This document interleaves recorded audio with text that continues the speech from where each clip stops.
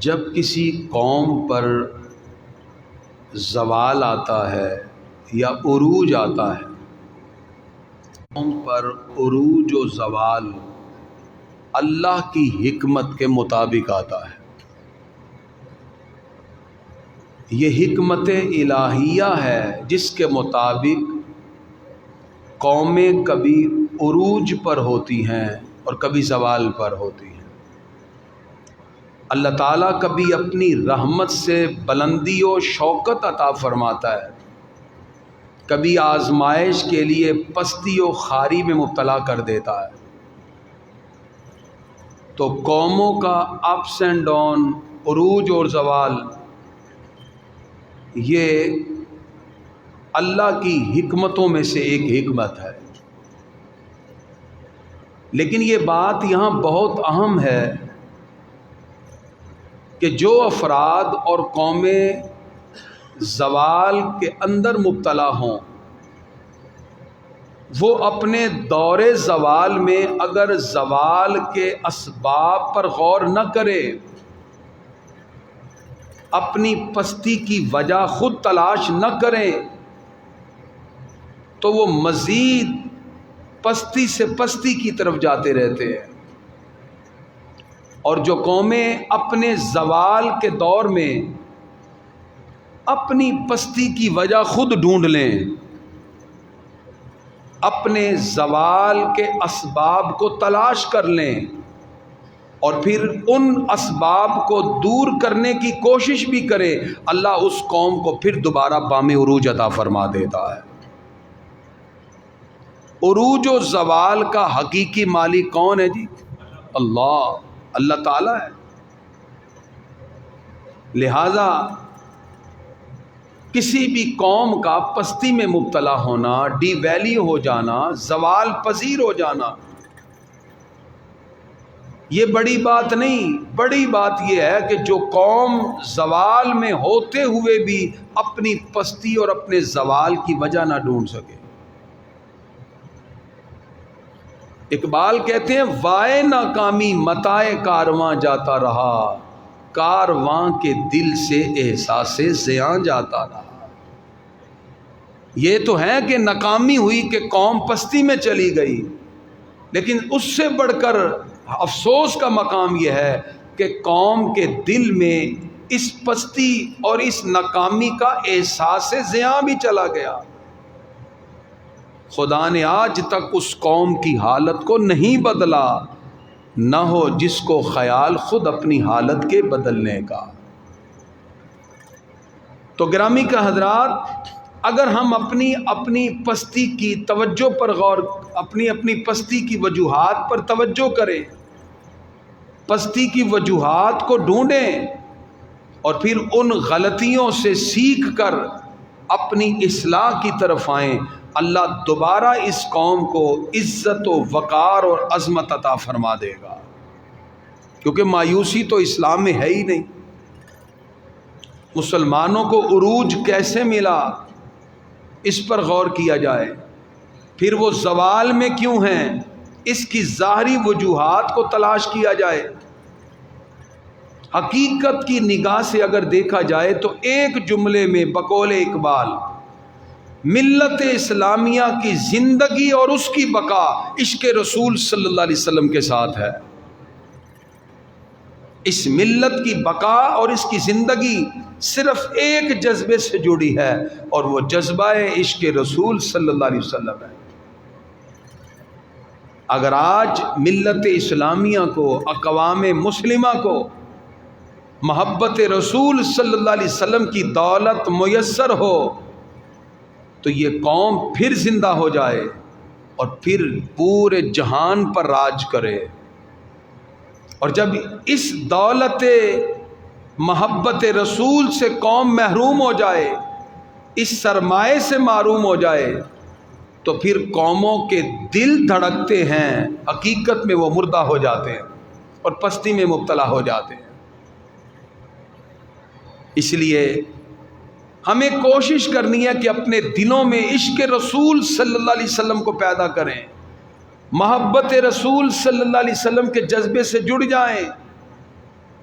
علامہ اقبال نے افغانستان کے جو لبرل بادشاہ ہے امیر امان اللہ خان، اس کے نام ایک طویل نظم لکھی فارسی میں، جس میں آپ نے کہا اور مخاطب کیا اور امت کو بتایا، ہر کے عشق مصطفیٰ سامان اوست، جسے عشق رسول صلی اللہ علیہ وسلم کی دولت مل گئی، بحر و بر در گوشائے دامان اوست، اس کے گوشائے دامن میں خشکی اور تری کے سارے خزانے موجود ہو جائیں گے۔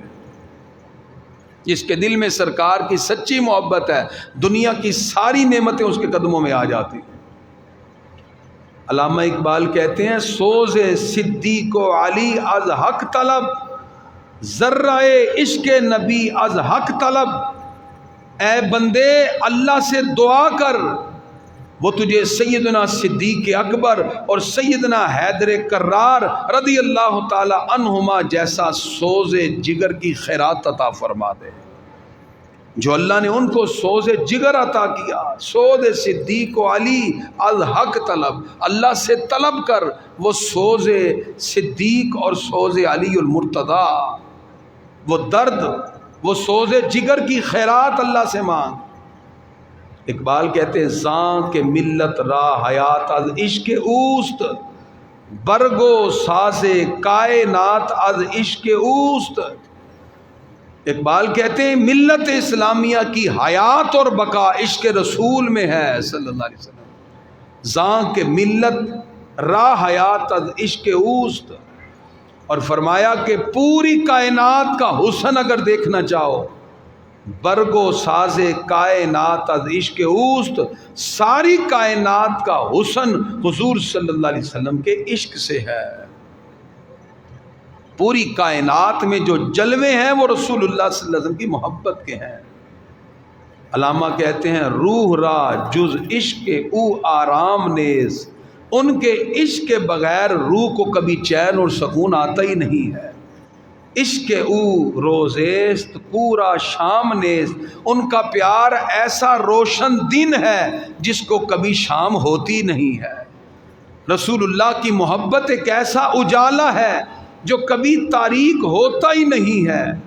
سچے عشق رسول کی برکت سے پوری دنیا پہ راج کرنے والے شاندار صحابہ کرام کی مثال اور ان کا حسین دور آج بھی اور قیامت تک کے مسلمانوں کے لیے کامیابی کا بہترین راستہ ہے۔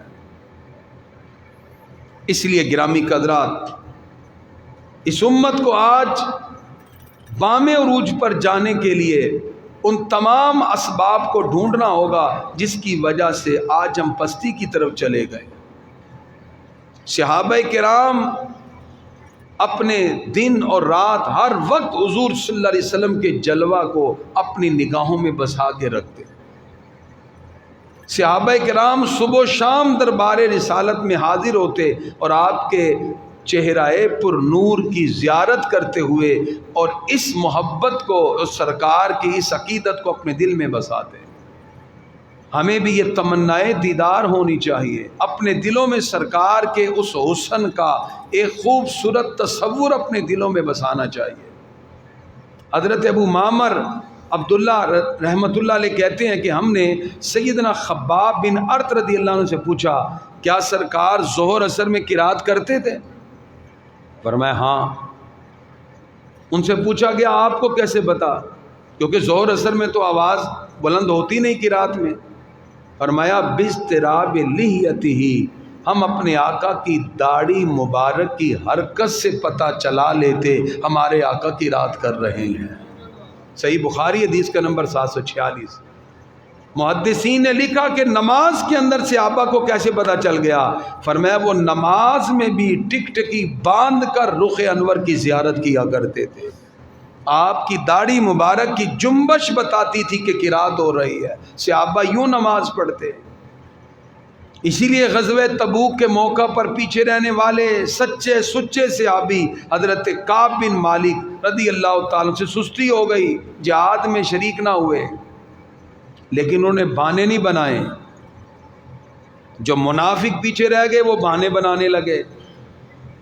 منافق حضور صلی اللہ علیہ وسلم کے پیچھے نماز پڑھ کے حضور صلی اللہ علیہ وسلم کے خلاف سازشوں میں ہمیشہ مصروف رہتے،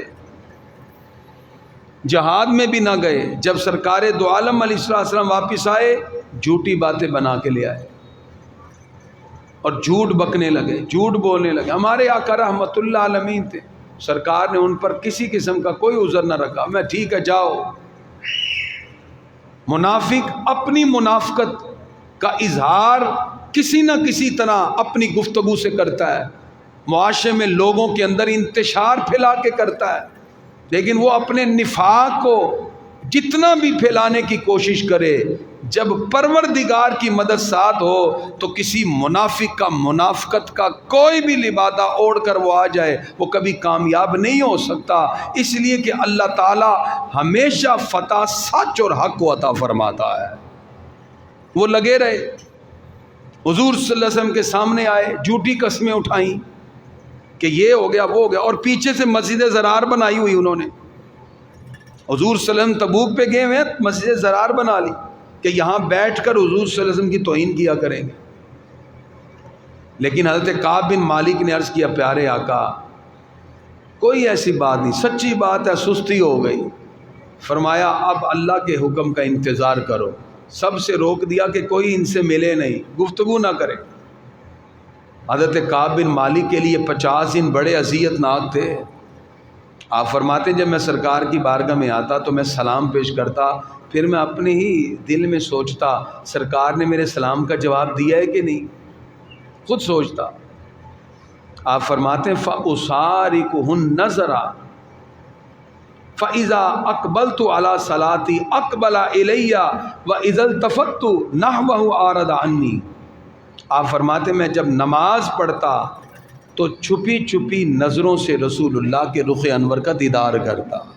نماز کے اندر سرکار مصلی پر ہے، نماز میں چھپی چھپی نظروں سے دیدار کرتا۔ فرماتے جب میں نماز میں سرکار کی طرف دیکھتا تو دیکھ کے حیران ہو جاتا، سرکار بھی میری طرف دیکھ رہے ہوتے ہیں۔ یہ محبت کا اظہار تھا۔ صحیح بخاری حدیث کا نمبر 4418 ہے۔ آپ فرماتے جب میں سرکار کی طرف دیکھتا تو حضور صلی اللہ علیہ وسلم دیکھتے کہ کعب بھی دیکھ رہا ہے تو وہ نظریں پھیر لیتے۔ اس کا مطلب صحابہ کرام نماز میں بھی رسول اللہ صلی اللہ علیہ وسلم کا دیدار کر رہے ہوتے۔ اس لیے علامہ اقبال کہتے ہیں شوق تیرا اگر نہ ہو میری نماز کا امام، میرا قیام بھی حجاب، میرا سجود بھی حجاب۔ اس لیے نماز پڑھیں تو رخ انور سامنے ہو، جلوہ حضور صلی اللہ علیہ وسلم کا دل میں ہو، کیونکہ اللہ نے تو فرمایا اقیموا الصلاۃ، نماز قائم کرو۔ ہمیں کس نے بتایا؟ ہمارے آقا نے فرمایا ایسے ہاتھ اٹھائیں، ہم نے ہاتھ اٹھا دیے، ایسے باندھے ہم نے ہاتھ باندھ دیے، ایسے جھکنا ہم جھک گئے، ایسے سجدہ کرنا ہم نے سجدہ کیا۔ پتہ چلا نماز کا ہر رکن ہی رسول اللہ کی محبت کا ایک پیغام دیتا ہے، سرکار کے عشق اور محبت کا ایک پیغام دیتا ہے۔ نماز پڑھیں اور حضور صلی اللہ علیہ وسلم کی اداؤں پہ غور کرتے جائیں۔ ہمارے آقا ایسے جھکے ہوں گے، میں بھی ایسے جھک جاؤں۔ یہ جذبہ، یہ تڑپ ہر مسلمان اپنے دل میں رکھے، اس لیے کہ ہمارے آقا علیہ الصلوۃ والسلام نے اس امت پہ فخر کیا ہے۔ حضور اکرم صلی اللہ علیہ وسلم نے صحابہ کے سامنے ذکر کیا، حضرت ابو ہریرہ رضی اللہ عنہ راوی ہیں، سرکار فرماتے ہیں من اشد امتی لی حبا ناس یکونون بعدی، فرمایا میری امت میں میرے بعد شدید ترین محبت کرنے والے لوگ ہوں گے جو میرے بعد ہوں گے، شدید ترین۔ فرمایا ان کی محبت کا جذبہ یہ ہوگا یود احدہم لو رآنی بآلہ و مالہ، وہ کہیں گے کاش انہیں رسول اللہ کی زیارت نصیب ہو جائے تو وہ اپنا مال، جان، اہل و عیال سب کچھ رسول اللہ پہ قربان کر دے، صرف سرکار کی زیارت نصیب ہو جائے۔ سرکار نے اس امت کی تعریف فرمائی، فرمایا تمہارے بعد ایسی ایک امت آئے گی، میری امت کے کچھ لوگ ایسے ہوں گے جن کے دلوں میں یہ شوق، یہ محبت ہے، وہ کہیں گے کاش ایک مرتبہ رسول اللہ کی زیارت نصیب ہو جائے، ہم اپنا اہل و عیال، مال، سب کچھ رسول اللہ کی زیارت پہ قربان کر دیں۔ ان کا جذبہ ہوگا کہ دولت، اہل و عیال سب کچھ قربان کرتے ہوئے خواب میں یا جاگتے ہوئے دیدار مصطفیٰ کی تمنا اور تڑپ ان کے دل میں ہوگی۔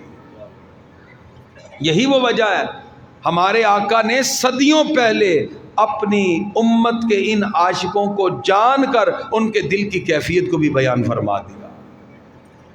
تو آج ہر امت یہ دل میں تصور رکھے اور یہ تڑپ رکھے۔ اس لیے پیر میر علی شاہ گولڑا کے تاجدار جب سرکار کی محبت کے جلوے دل میں بسائے تو فرماتے ہیں ایہا صورت شالہ پیش نظر، سرکار کا مکھڑا دیکھا نا تو وہ تو پھر کمال ہے۔ فرماتے ہیں اس صورت نو میں جان آکھاں، جان آکھاں کے جانے جہان آکھاں، سچ آکھاں تے رب دی میں شان آکھاں، جس شان تو شانہ سب بڑیاں، اور کمال حسن ہے۔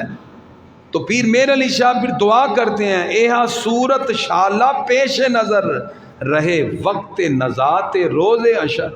یا اللہ جب مرنے لگے تو یہی صورت آ جائے، جب حشر کا میدان ہو تو مکھڑا محبوب کا ہمارے سامنے ہو۔ یہ دعا کی ایہا صورت شالہ پیش نظر، رہے وقت نزات روز حشر، وچ قبر تے پل تھی جد ہو سی گزر۔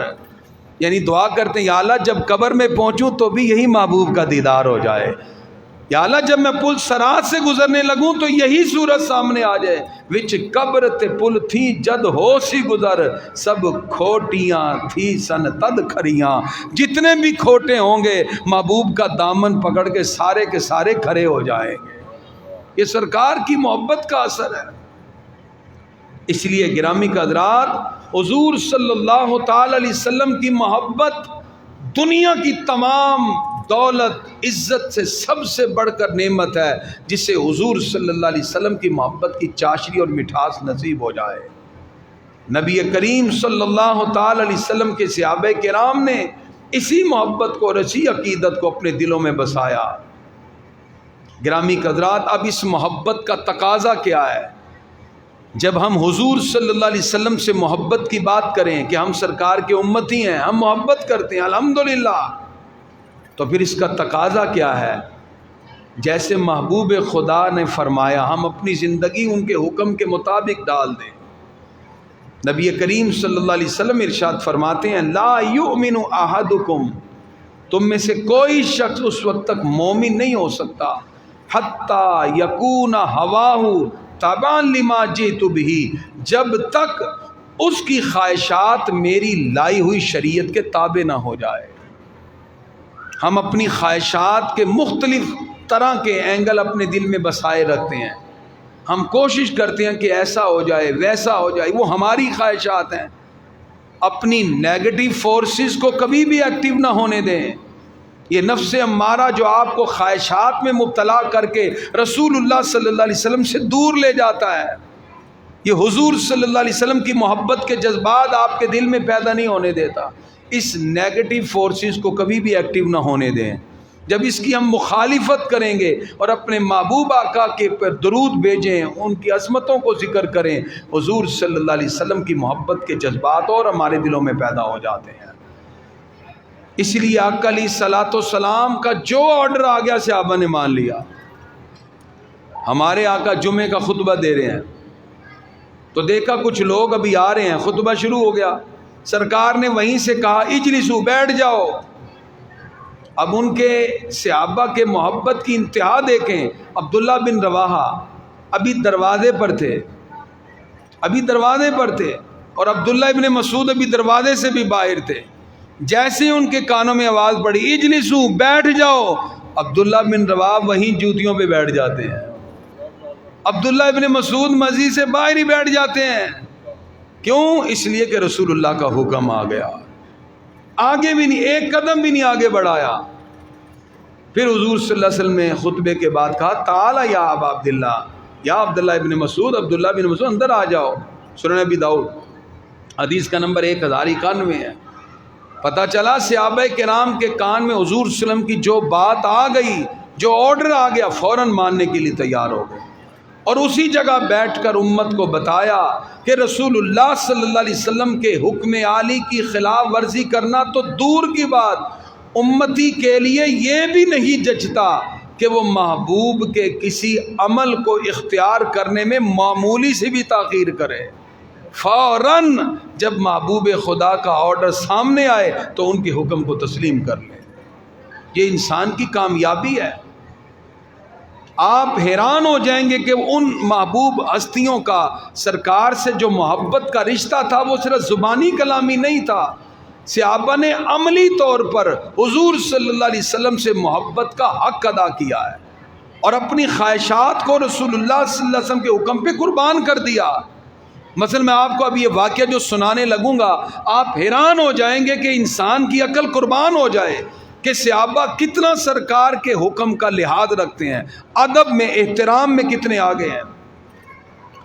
حضرت سیدنا جریر بن عبداللہ بجلی رضی اللہ تعالیٰ عنہ صحابی رسول ہیں، آپ اپنے خادم کے ساتھ سواری خریدنے بازار میں گئے، ایک گھوڑا پسند آ گیا، آپ نے خادم کو بھیجا۔ اب ظاہری بات ہے کبھی بندہ مجبور ہوتا ہے، وہ کوئی چیز بیچنے لگتا ہے لیکن اس کو ضرورت ہوتی ہے پیسوں کی، وہ بیچنا چاہتا نہیں ہے، پھر وہ کہتا ہے جتنے بھی پیسے ملیں یار دے دو، وہ کم پیسے پر بھی بیچنے کے لیے تیار ہو جاتا ہے۔ یہ ہمارا معاشرے میں عام رویہ ہے۔ ایک بندہ ہے وہ پریشان ہے، اس نے کہا یار میں نے بچی کی شادی کرنی ہے، میرے پاس گھر کے اندر ایک فریج ہے یار یہ لے لو یا کوئی چیز، ہم کہتے ہیں یار یہ مجبور ہے، ہم جان بوجھ کے اس سے زیادہ سے اس کی مجبوری کا فائدہ اٹھاتے ہیں۔ ہمارے معاشرے میں تو یہ چلتا ہے، یہ بولی والی کمیٹی میں تو یہی تو ہو رہا ہے، 2 لاکھ کی کمیٹی ہے، وہ مجبوری سے 1,80,000 میں اٹھاتے ہیں، ہم اٹھا لیتے ہیں اور باقی 20,000 باقی تقسیم کر رہے ہیں۔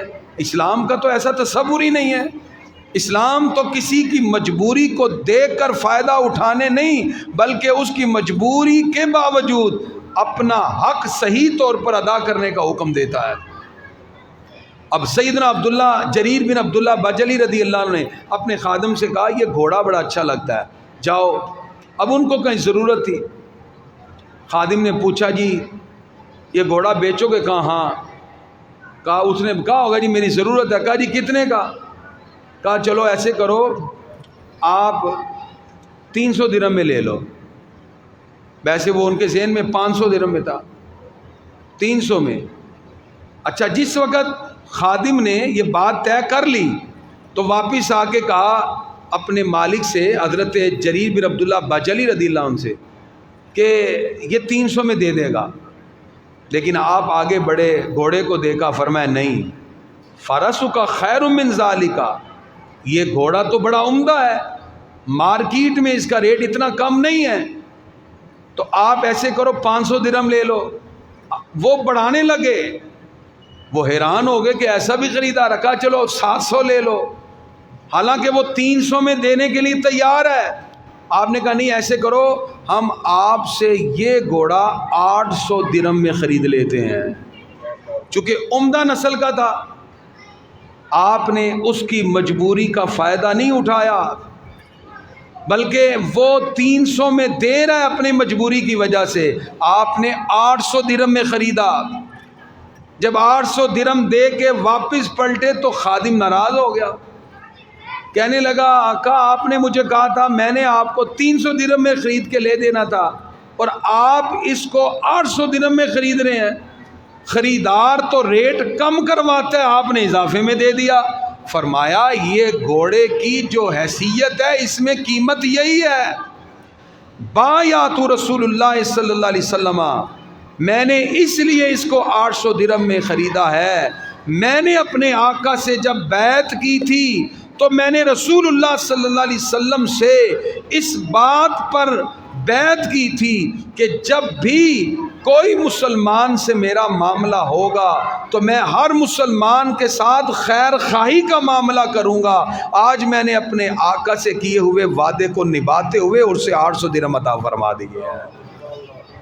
میں نے وعدہ کیا تھا کہ میں کسی مسلمان کے ساتھ کبھی دھوکہ نہیں کروں گا، بلکہ کبھی بھی معاملہ ہوگا میں ہر مسلمان کی خیر خواہی کروں گا، لہٰذا میں نے رسول اللہ صلی اللہ علیہ وسلم کے ساتھ کیے ہوئے وعدے کو نبھایا ہے۔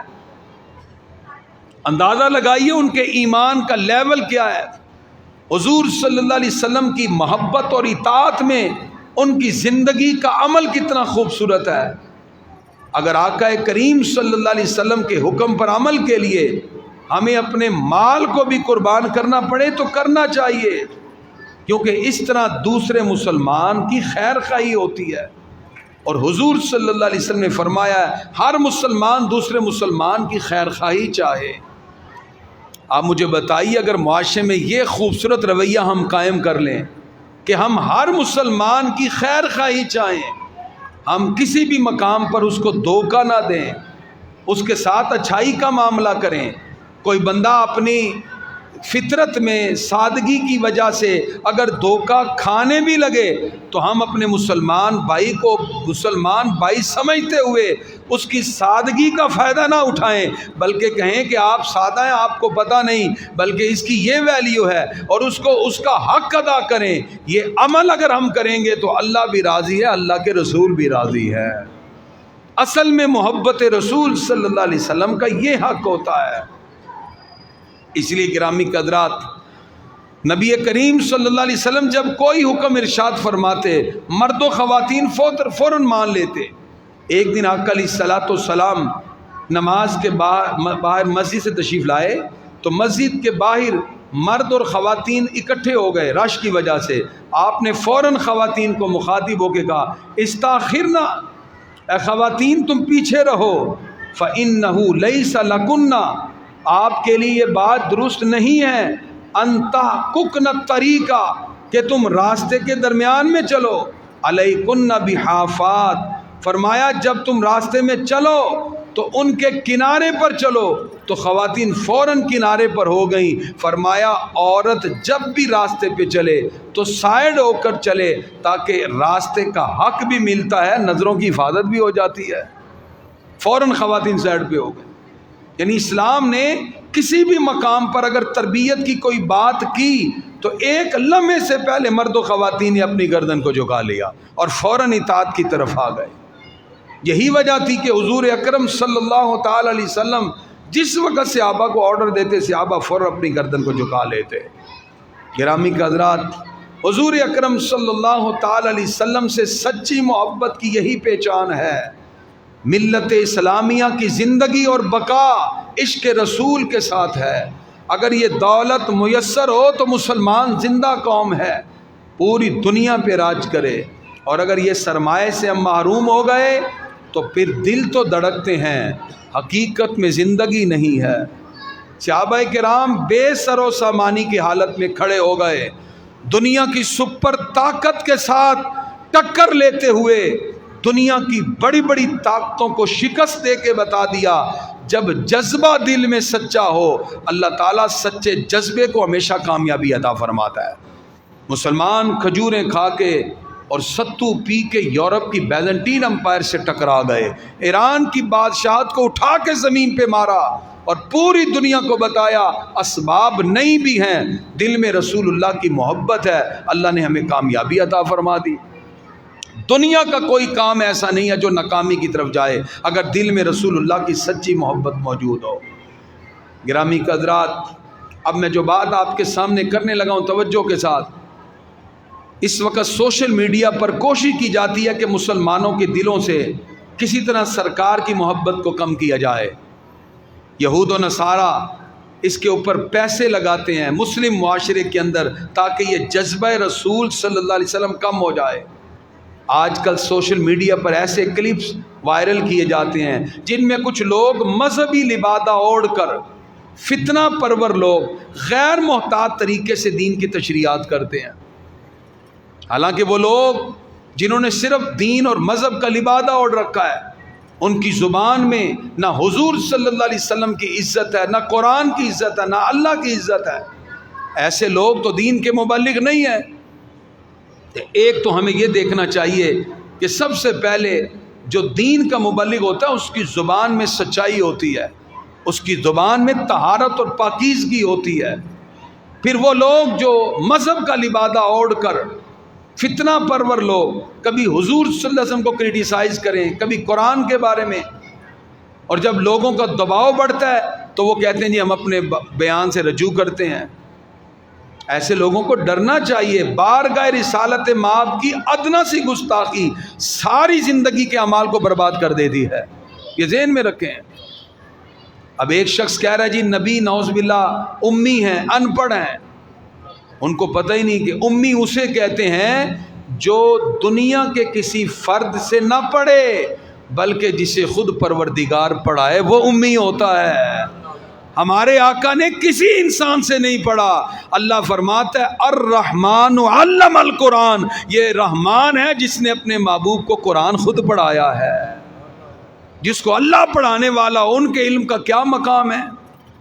ساری دنیا کے لوگوں کے علم کو جمع کرو، اعلیٰ حضرت فرماتے ہیں۔ اس لیے میں کہتا ہوں فکر رضا سے جڑ جاؤ، ساری دنیا کے لوگوں کے علم کو جمع کریں، ہمارے آقا کے علم کے سامنے ان کی حیثیت ایک قطرے کی بھی نہیں ہے۔ علامہ اقبال کہتے ہیں لوح بھی تو قلم بھی تو تیرا وجود الکتاب، لوح و قلم میں سارا علم ہے، لیکن حضور صلی اللہ علیہ وسلم کا علم اتنا ٹھاٹھے مارتا ہوا سمندر ہے کہ لوح و قلم کا علم بھی ہمارے آقا کے علم کا ایک قطرہ ہے۔ اسی لیے امام بوصیری رحمۃ اللہ علیہ نے جب قصیدہ لکھ کے پیش کیا تو عرض کرتے ہیں وَمِنْ عُلُومِكَ عِلْمَ اللَّهِ وَالْقَلَمِ، پیارے آقا آپ کا علم ٹھاٹھے مارتا ہوا سمندر ہے، لوح محفوظ کا علم بھی آپ کے علم کا ایک قطرہ ہے۔ جس محبوب کے علم کا ایک قطرہ لوح محفوظ کا علم ہو، اس کے باقی علم کا کیا مقام و مرتبہ ہوگا؟ امی کا مطلب وہ لوگوں سے نہیں پڑھے۔ حضور صلی اللہ علیہ وسلم کو اللہ تعالیٰ نے کائنات کی تمام مخلوقات سے بڑھ کر علم عطا کیا اور فرمایا وَعَلَّمَكَ مَا لَمْ تَكُنْ تَعْلَمْ وَكَانَ فَضْلُ اللَّهِ عَلَيْكَ عَظِيمًا، پیارے محبوب اللہ نے آپ کو سکھا دیا جو آپ نہیں جانتے تھے، اور یہ اللہ کا آپ پہ بہت بڑا فضل ہے۔ اور پھر یہ کہا گیا جی قرآن مجید میں نعوذ باللہ تعریف ہے، قرآن مجید ہر تحریف سے پاک ہے۔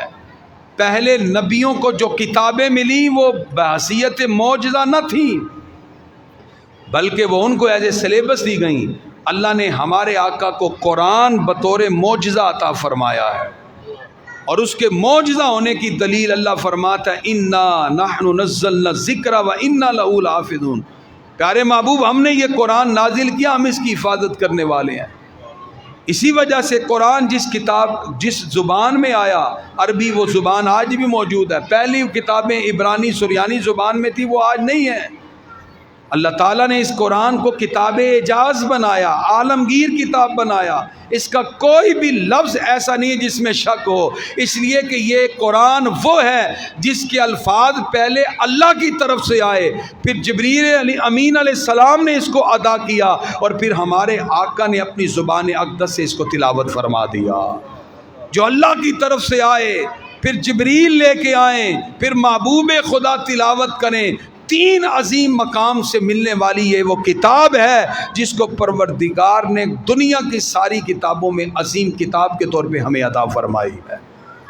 اس لیے گرامی حضرات، ہمارے لیے اسوہ صحابہ کرام یہی ہے کہ ہم اپنے دلوں میں سرکار کی سچی محبت اور حقیقی محبت پیدا کریں، اور پھر اس کا تقاضا یہ ہے کہ ہم شریعت کے دائرہ کار میں رہیں۔ حضور صلی اللہ علیہ وسلم سے سچی محبت کا تقاضا یہ ہے بندہ اپنی حیثیت کے مطابق اپنے محبوب آقا کے دین کی خدمت کرے، حضور صلی اللہ علیہ وسلم کی تعلیمات کو اپنائے، اور اطاعت اور غلامی کے بغیر عشق رسول کا دعویٰ درست نہیں ہے۔ حضور صلی اللہ علیہ وسلم کی اطاعت میں، حضور صلی اللہ علیہ وسلم کی محبت میں ہی ہماری کامیابی بھی ہے اور نجات بھی ہے۔ آج غزہ کو بمباری اور فلسطین میں اجڑتے ہوئے 1 سال ہونے کو ہے، امت مسلمہ خاموش تماشائی ہے۔ آج ہم سب کو اپنے دلوں میں سرکار کی سچی محبت پیدا کرنی ہے۔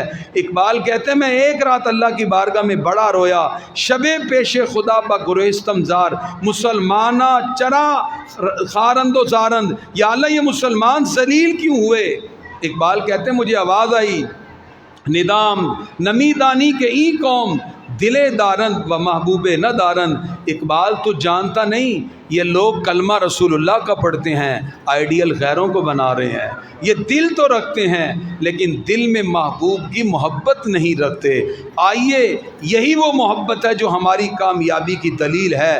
قوت عشق سے ہر پست کو بالا کر دے، دہر میں اسم محمد سے اجالا کر دے۔ یہ وہ نام ہے جو کوئی کام بگڑنے نہیں دیتا، بگڑے بھی بنا دیتا ہے۔ بس نام محمد کی، محمد سے وفا تو نے تو ہم تیرے ہیں، یہ جہاں چیز ہے کیا لوح و قلم تیرے ہیں۔ اللہ تعالی ہم سب کو دل و جان سے اپنے محبوب آقا کی اتباع اور سچی محبت کرنے کی توفیق عطا فرمائے۔ وما علیہ الا البلاغ۔